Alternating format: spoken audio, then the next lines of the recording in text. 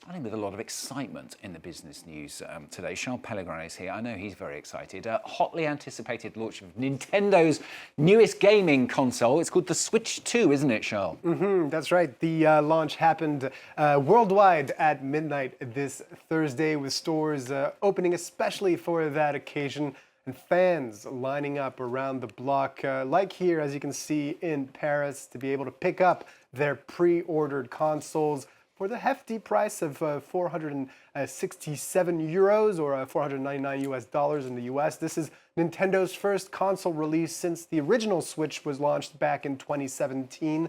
It comes with a bigger screen, more power, more storage, and its controller can be twisted around and used as a mouse, making strategy games like Civilization easier to play. At the moment of the launch, the only available game to play is Mario Kart World, but more will come very quick, especially from third-party game publishers.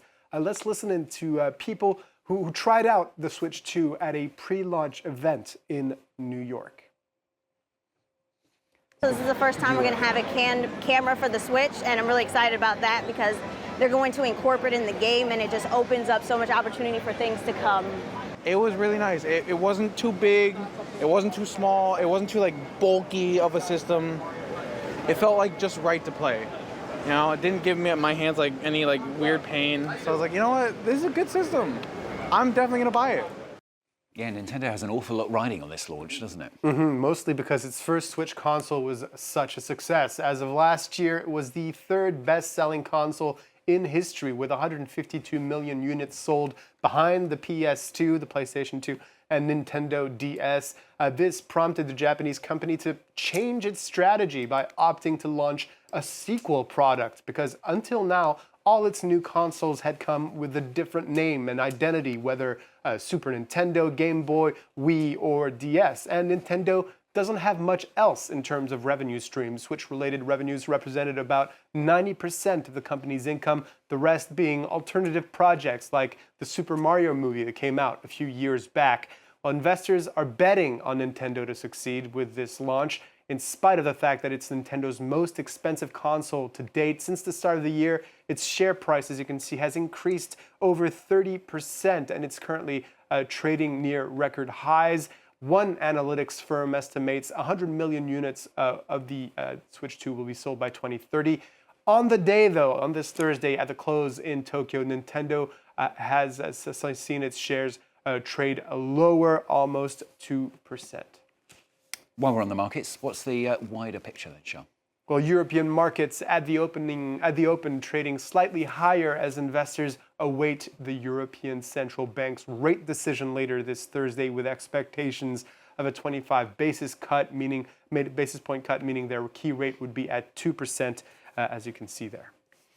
So from video games to beauty products we're talking about now. They've always had a large presence on US social media, of course, but the past year or so has seen a huge increase in interest from those from South Korea. The rise of K-pop, along with the international success of Korean film and TV offerings, have helped to drive that boom. Now some of the country's top brands are expanding in the US, not just via placement in American retailers, but by opening their own brick-and-mortar outlets.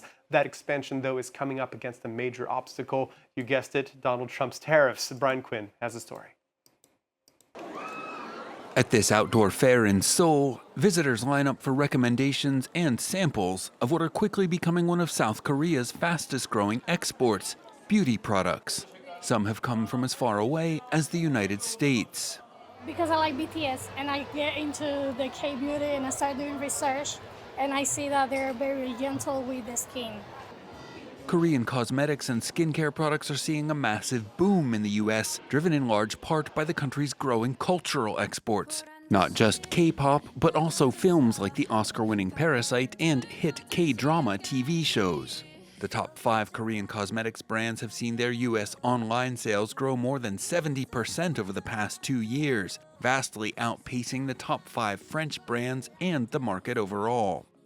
It's a boom that comes with challenges, notably establishing and maintaining brand identity amid a flood of competition.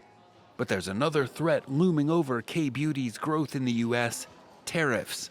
Donald Trump has announced 25% duties on Korean imports. Those have been reduced to 10% until July 8th, pending trade negotiations, but there's no guarantee the reprieve will last.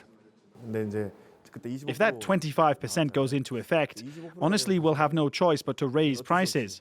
I think that increase will have to be reflected in consumer prices to some extent. Analysts believe that in order to continue its U.S. growth, K-beauty will need more physical presence there. Despite the trade headwinds, Korea's top cosmetics retailer Olive Young plans to open its first U.S. location in Los Angeles as early as this year. Back to you, Stuart. Charles, thanks very much. Charles Pellegrin with the Business of France 24.